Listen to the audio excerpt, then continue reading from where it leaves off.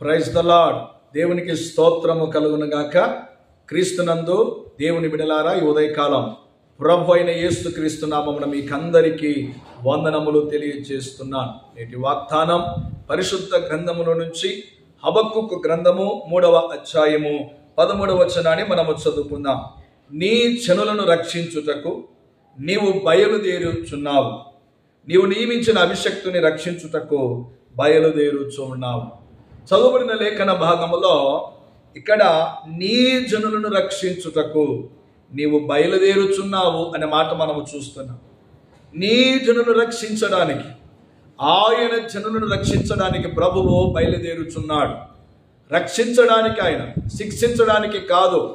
నేటి దినాల్లో అనేకులు శిక్షించాలని చాలా ప్రయత్నం చేస్తుంటారు. ప్రజలను శిక్షించడానికి చాలా మంది ఆతృత పడుతుంటారు. కానీ ప్రభువు ఎందుకు బయలుదేరి ఉన్నాడు అనే మాట ఇక్కడ హబక్కుకు గ్రంథములో వ్రాయబడుతున్నది. ఎందుకయ్యా ఆయన బయలుదేరుచున్నావు అని అంటున్నాడంటే, నీ జనులను రక్షించుటకు నీవు బయలుదేరుచున్నావు. ఆయన బయలుదేరుచున్నాడు. ఎక్కడి నుండి బయలుదేరుచున్నాడు అని చూస్తే ఈ 3వ అధ్యాయములో 3వ వచనము చదివితే, దేవుడు తేమాలో నుండి బయలుదేరుచున్నాడు. పరిశుద్ధ దేవుడు పారానులో నుండి వేంచేయుచున్నాడు. ఆయన మహిమ ఆకాశ మండలమందంతటా కనబడుచున్నది. భూమి ఆయన ప్రభావముతో నిండి ఉన్నది. దేవుడు తేమాలో నుండి బయలుదేరుచున్నాడంట. ఎందుకు ఆయన బయలుదేరుచున్నాడంటే, తన జనులను రక్షించడానికి. ఆయన రక్షకుడు కాబట్టి రక్షించడానికి ఆయన బయలుదేరుచున్నాడని దేవుని లేఖనములో రాయబడింది. ఈ రోజున ప్రభు రక్షకుడు నిన్ను రక్షించాలని బయలుదేరుచున్నాడు. ఆయన ఇదిగో ఆయన ప్రయాణము చేస్తున్నాడు, ఆయన సంచరిస్తున్నాడు, ఆయన తన బాటలో ఆయన వస్తున్నాడు, తన మార్గంలో ఆయన వస్తున్నాడు నిన్ను రక్షించడానికి. అయితే రక్షకుని నీవు గుర్తించుతున్నావా? రక్షకుని నీవు ఎరిగి ఉన్నావా? రక్షకుని స్వరము నీవు వింటున్నావా? రక్షకుని ప్రత్యక్షతను నీవు చూడగలుగుతున్నావా? ఇదిగో ఈయన నా రక్షకుడు, రక్షించడానికి యేసు ఈ లోకానికి వచ్చాడని నీవు కనుగొనుచున్నావా? నీ జనులను రక్షించడానికి ఆయన బయలుదేరి వస్తున్నాడు. ఆయన జనులంటే, ఎందుకు ఆయన జనులంటే, మనము దైవలేఖనని మనము ధ్యానము చేస్తే, ఆదిలో దేవుడు మట్టిలో నుండి మానవుని నిర్మించాడు. మట్టిలో నుండి మానవుని నిర్మించాడు కాబట్టి ఆయన, అందుకొరకే ఆయన జనులుగా మనం ఉంటున్నాం. అయితే మానవుడు, ఆయన జనులైన ప్రతి మనిషి పాపము ద్వారా, అతిక్రమము ద్వారా దేవుడు వారిని పరిశుద్ధులుగా వారిని నిర్మిస్తే, మానవుడు వాటి ద్వారా పాపములోనికి వెళ్ళిపోయాడు. పరిశుద్ధమైన స్థలం అపవిత్రతలోనికి వెళ్ళిపోయింది. పరిశుద్ధుడైనటువంటి మానవుడు పాపములోనికి వెళ్ళిపోయాడు. అందుకొరకే నిలువెల్లా మానవుని జీవితము పాపాంధకారములో ఉన్నది. అందుకొరకే ప్రభు తేమాను ఆయన బయలుదేరుచున్నాడు తన జనులను రక్షించడానికి. ఇదిగో నా ప్రజలు పాపములో మునిగిపోయారు, ప్రజలు ఇదిగో పాపములో ఉన్నారు, ప్రజలు ఇదిగో అతిక్రమములో జీవిస్తున్నారు, ప్రజలు ఇదిగో దోషములతో ఉన్నారు, ప్రజలు ఇదిగో వారు దేవునికి దూరముగా ఉన్నారు, నా సన్నిధికి దూరముగా ఉన్నారు. నేనే వారిని రక్షించాలి. రక్షించగలిగిన మనుషులు ఎవరు లేరు, రక్షించగలిగిన మానవుడు ఎవడు లేడు. నేనే నా ప్రజలను, నా జనులను రక్షించాలని ప్రభువు ఆయన బయలుదేరుచున్నాడని దేవుని లేఖనములో మనము చూస్తున్నాం.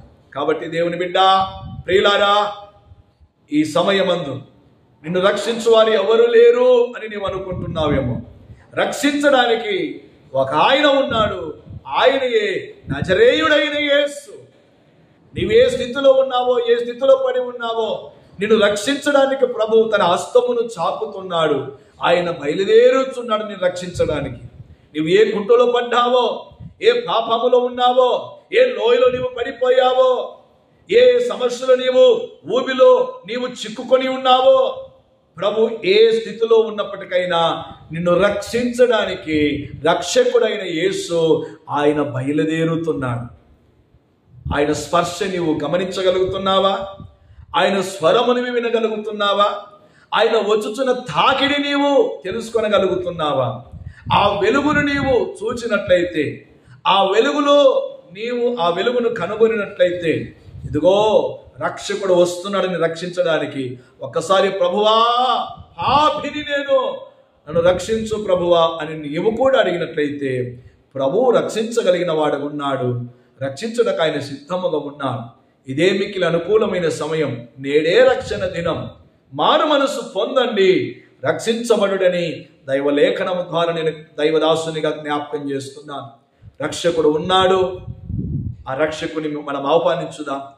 నేను రక్షించుటకు ప్రభు వస్తున్నాడు. ఒక్కసారి వచ్చుతున్న ఆయన నీవు స్వీకరించి, వచ్చుతున్న ఆయనకు నీవు ఆహ్వానం పలికి, ప్రభువా నా జీవితంలోనికి రానైనా, అయ్యా నా కుటుంబంలోనికి రా ప్రభువా, అయ్యా నేను నివసిస్తున్న నివాసంలోనికి రమ్ము నాయనా, రక్షకుడా నన్ను రక్షించు ప్రభువా, నన్ను రక్షించు వారు ఎవరూ లేరు ప్రభువా, నీవే నా రక్షకుడు అని నీవు కూడా ఆయన సన్నిధిలో అడిగితే తప్పక ఆయన రక్షించగలిగిన దేవుడు. అట్టి రక్షణ నీకు నీ కుటుంబానికి ప్రభు అనుగ్రహించాలి.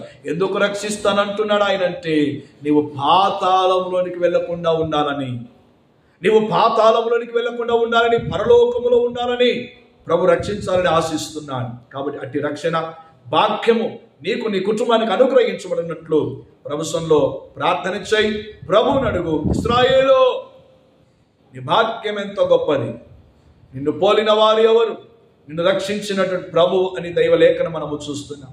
కాబట్టి నిన్ను రక్షించిన దేవుడు గొప్ప దేవుడు అని ఇశ్రాయేలు గురించి మాట్లాడుతున్నాడు.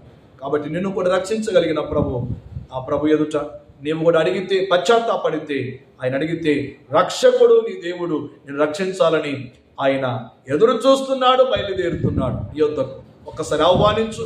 ఈ సమయంలో పశ్చాత్తాపడు, ప్రభువా నన్ను రక్షించని, రక్షకుడైనటువంటి దేవుని రక్షణ పొందుకొని ప్రభు కొరకు జీవించుదాం.